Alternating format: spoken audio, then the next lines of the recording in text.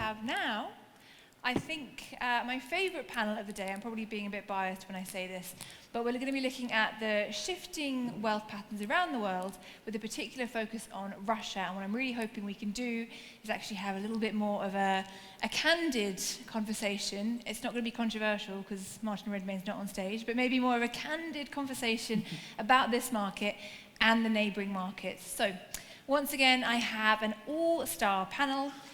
If you could please join me in welcoming to the stage Maeen Shaban from WealthX or Altrata, Julia Skop from Smart Yachts, and Jelena Vezia from Ocean Independence. Don't be shy, up you come.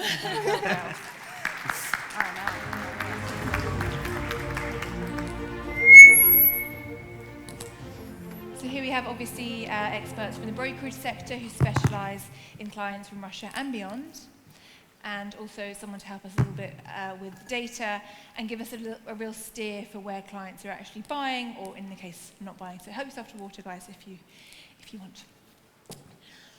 Okay, so I guess my first question is really looking at sanctions and these banking restrictions. They've kind of redrawn the map of yacht ownership. Jelena, I was wondering if you could maybe tell me a little bit about what you think about, how are deals going through in light of new compliance laws or new compliance restrictions, but also trust as well? So yeah, first of all, thank you for the introduction, and I would like to thank the organizers for making it happen and for putting in place such a great platform, international platform where we can all meet and talk openly about various subjects. And I think, yes, this panel is going to be interesting, and indeed, obviously, I think my fellow panelists and audience will agree with the fact that Russia is an important market and was an important market for yachting, and obviously, since the 3.5 years, we've been experiencing a shift in terms of wealth, and this shift of wealth ultimately reshaping the geography of yacht ownership. And yes, all the sanctions that we've been experiencing have obviously affected our job as brokers, and nowadays it's part of our day-to-day job. We have to go through very serious compliance checks and AML rules, and I think it's we basically went overnight from under-regulated to over-regulated industry. Because I remember when I've been starting my career in yachting 13 years ago, we've been selling yachts with a barely visible passport copy. And today we have the whole checklist of questions, very personal questions that we have to ask our clients about. And some of the clients obviously do get used to this. Others can easily be put off from yachting. And, I think this is a real challenge for the industry.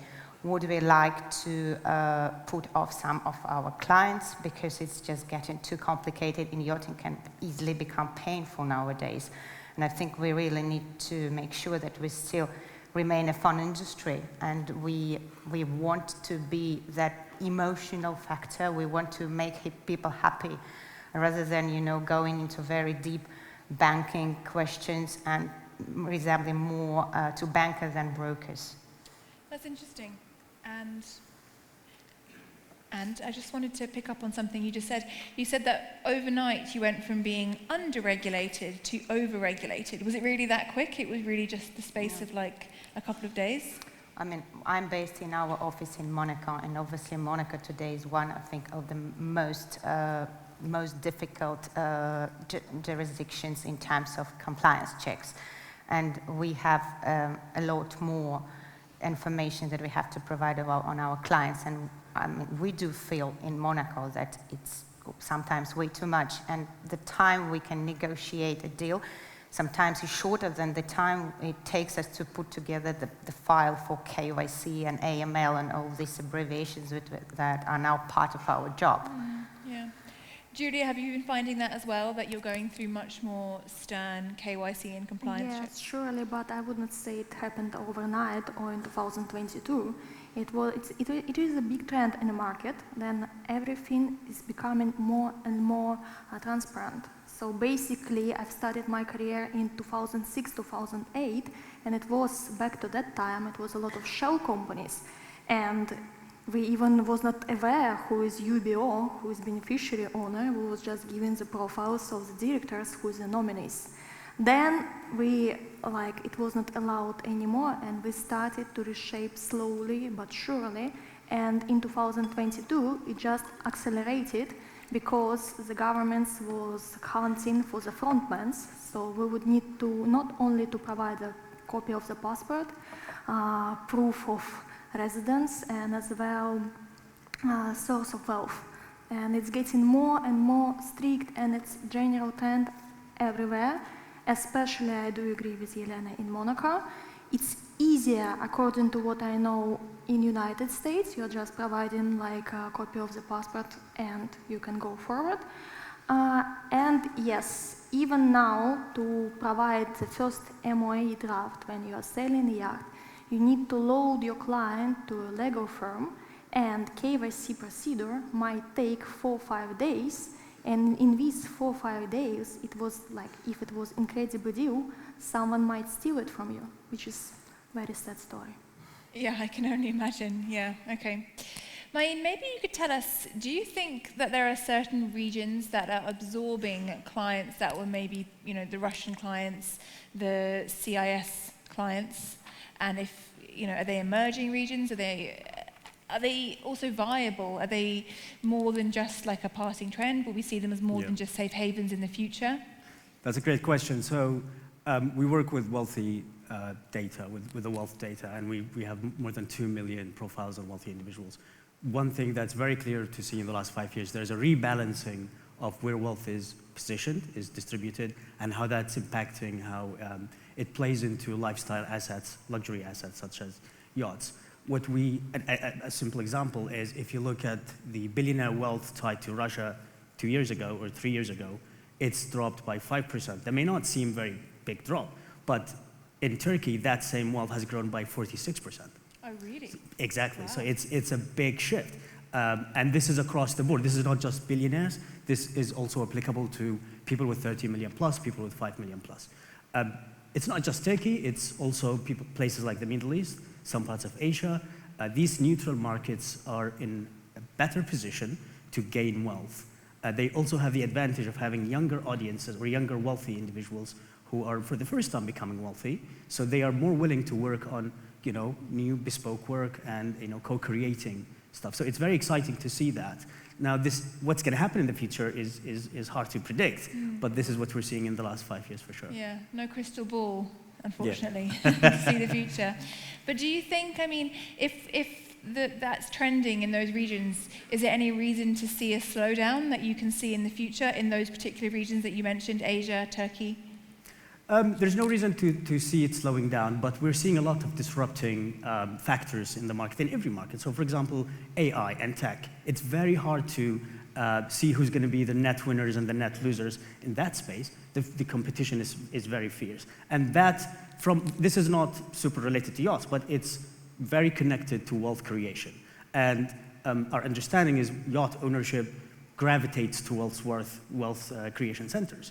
So it's kind of hard to predict who's going to come out in the end as a winner or a loser. But what we're seeing right now is great potential for these markets. Another really good stat that we sort of came by, specific to the Turkish market, since 2022 or since 2020, so 5 years ago, the ultra wealthy population in Turkey, these are people with 30 million or more, has grown by 90%.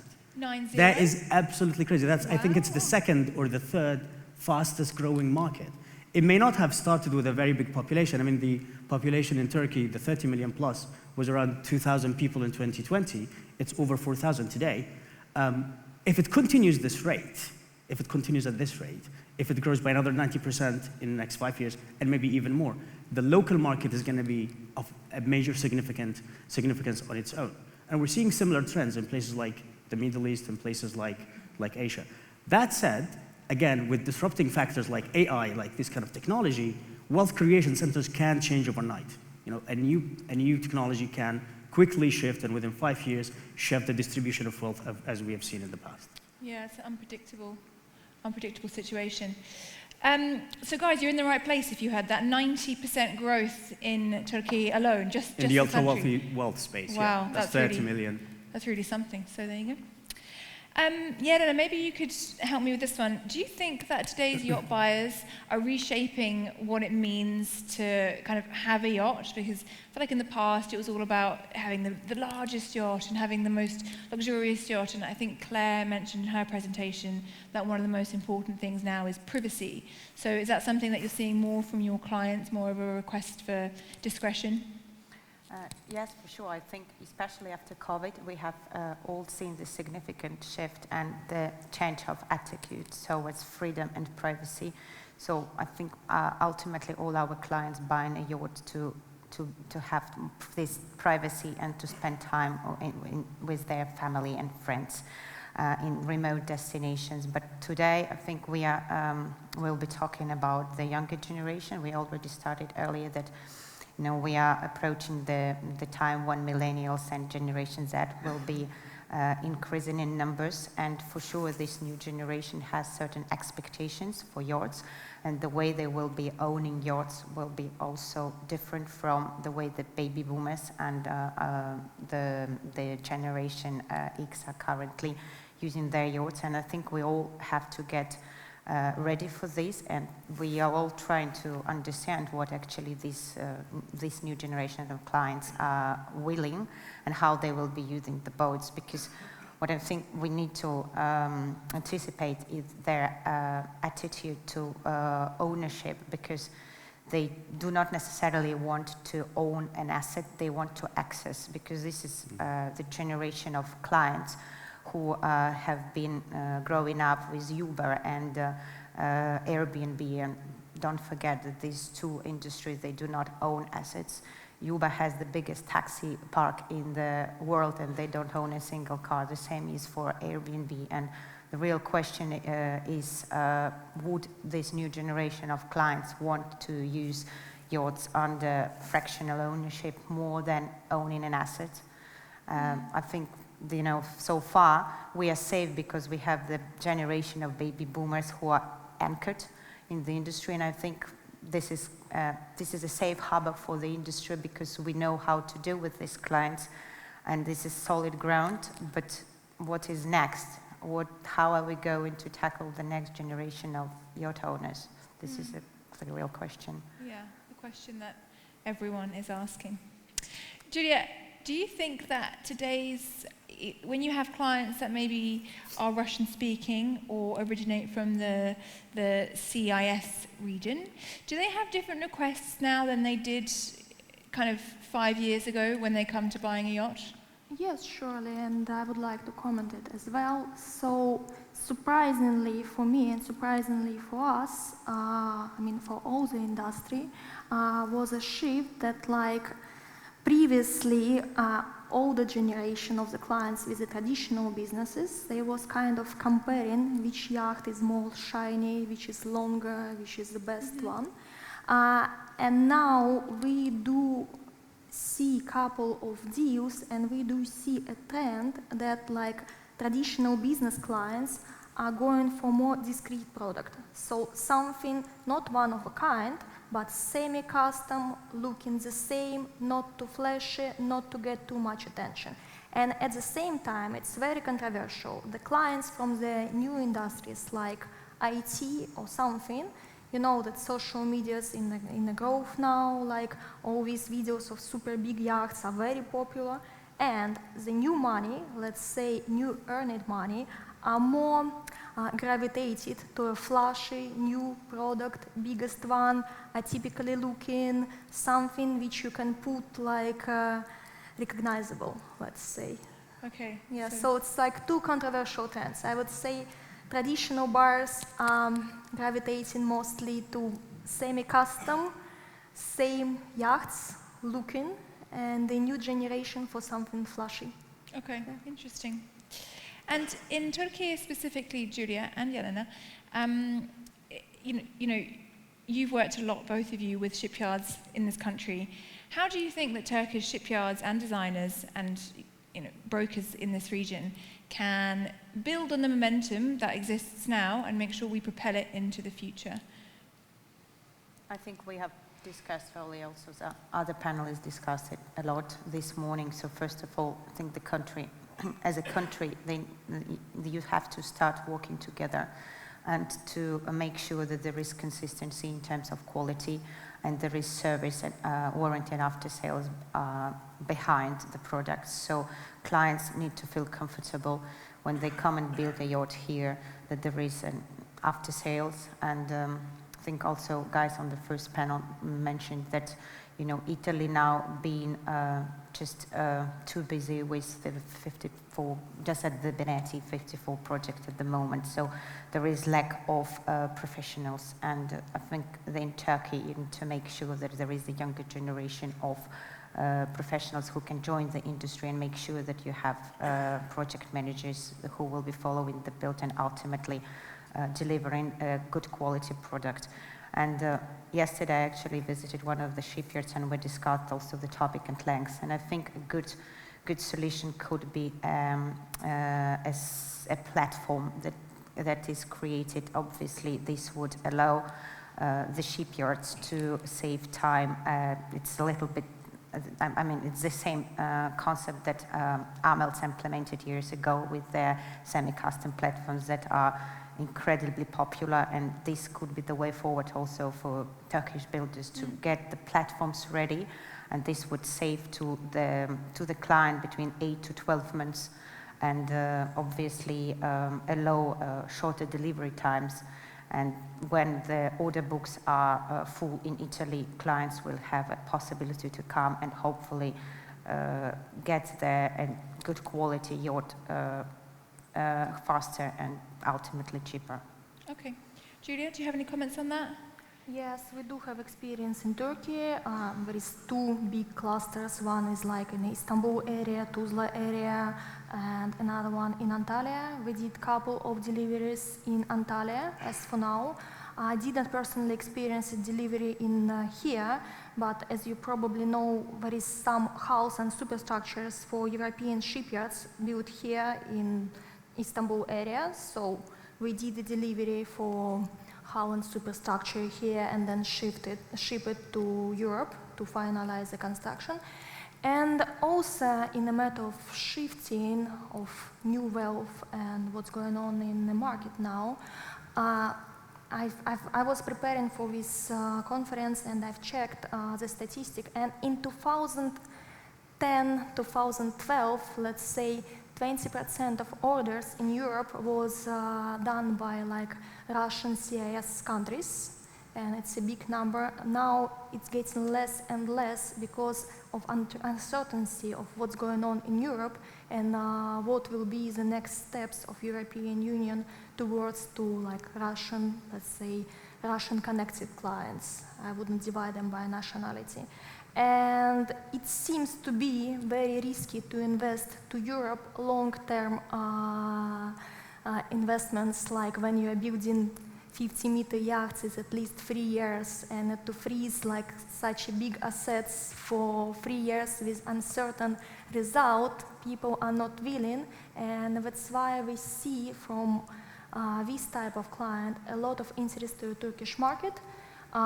First of all, as Jelena told, to build faster, more availability here, and as well, we do feel that it's more safe for the long-term investments because no yachts was seized in Turkey, yes? It's interesting what you say about Russian-connected clients, because I guess there are some grey areas in, you know, as you said, you don't want to divide by nationality. It's all about, you know, there's quite a complex, quite a scale to how connected to Russia you may be, I suppose. Russian connected, I would say the clients whose business was connected to Russia and the source of wealth is allocated in Russia. That's we call like Russian connected. It's not like you are dividing by nationality, because formal, like average age of our clients is 40 plus, and all the 40 plus people in this territory was born in Soviet Union. So it's like a group of countries. Yeah. You're not able to tell who is like Russian, who is other nationality. Yeah. Maeen, maybe you could comment on something which Jelena said right at the start, which was about all these compliance and KYC checks. Do you think that that added stress has caused friction when it comes to buying any assets, including super yachts? It's a good question, actually. So sanctions have caused a lot of the wealthy to panic a little bit, even though they did not directly impact these individuals. What that has meant is there is a growing kind of need to diversify their assets, where they're located, the type of assets that they acquire. So they're existing in multiple markets across multiple classes. Our data shows that, in general, 20% of ultra-wealthy individuals have business holdings cross-border, at least 20%. And 12% have at least one property overseas. The privacy is not really a feature. It's a necessity that they require. It's a must-have sort of thing. And combining that with sort of the atmosphere out there, it is not something that is actually caused by the sanctions directly. It is actually something that has been there all the time. They just want to efficientize the time, right? You know what I mean? Efficientize the footprint. So it has been a need all the way. It was boosted by sanctions, but it was not caused by the sanctions of Russia and so on. That's interesting. But there are some, there must be some frictions. You guys must feel that, all these extra checks that you're going through, I'm guessing. Yes, because some clients, they just, they get put off yachting because it's way too much. Yeah. I mean, obviously, we are all living now in the world where we are getting towards more and more transparent markets in general, but we are dealing with different types of clients, and if we're dealing with a savvy, tech millionaire from California, it's one thing, because this is how, they've been building their business. If you are, sometimes dealing with baby boomers from ex-CIS countries, it's a completely different mentality, and this is where you can get frictions. Yeah, that is very interesting. I think that is all that I have time for from my questions. Maybe we have time for just one question from the audience, if anyone has a question, or have these fantastic panelists answered everything? Yes, yes, yes. Fantastic. Well, thank you so much, guys. Really appreciate it. Thank you.